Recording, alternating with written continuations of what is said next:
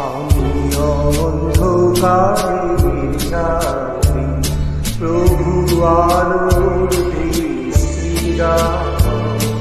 আমি অন্ধকারের যাত্রী, প্রভু আলোর দৃষ্টি দাও।